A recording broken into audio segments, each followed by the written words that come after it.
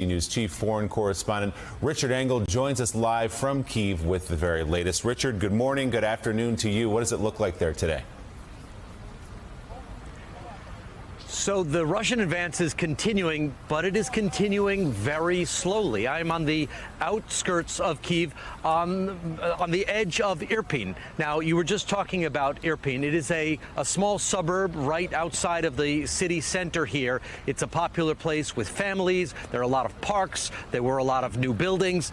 And for some reason, probably because of the resistance here, despite 12 days of assault, the town is still holding on, and the Russians have not been able to fully take just Irpin, which would be in New York terms something like Astoria.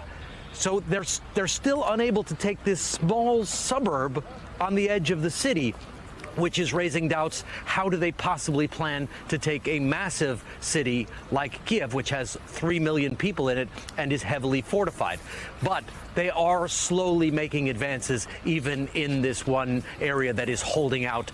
Today, we've seen a steady stream of people leaving Irpin, heading deeper into Kyiv. And the hospital, according to medical staff we've been speaking to, took the painful decision to evacuate all of the patients and all of the staff. So they are holding on, but people are leaving, and the Russians are making a slow but gradual advance toward Kyiv along this route behind me. And Richard, how are the Ukrainians there in the capital city holding up right now? We've seen incredible courage and fortitude from the Ukrainian military and from Ukrainian civilians as well. But there is a sense that eventually Russia will get through and get to Kyiv. How are they doing, and what are their plans once that convoy and those troops eventually do make it to the capital?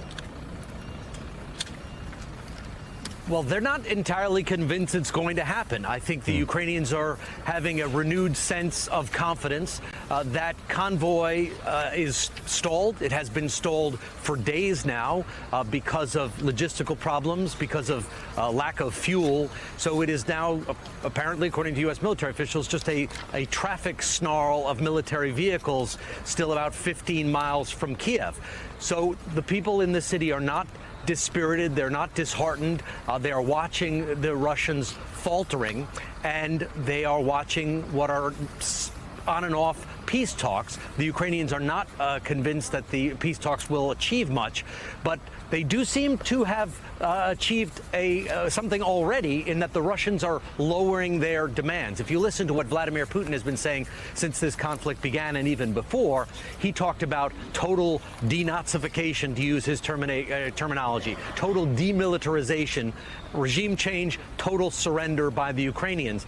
And now the Kremlin is saying, well, there could be more limited options if Ukraine accepts the Russian sovereignty over Crimea, accepts the independence of Donbass, and vows never to join NATO or the EU. Then, according to the Kremlin, they would stop the war immediately. Now, those could be demands that the Ukrainian government dismisses. The Ukrainian government so far has said it's willing to negotiate, it's willing to make compromises, but that is a far cry from total annihilation and regime change. And still, as you say, some conditions the Ukrainian government may not be willing to accede to. NBC's Richard Engel live from the Ukrainian capital for us.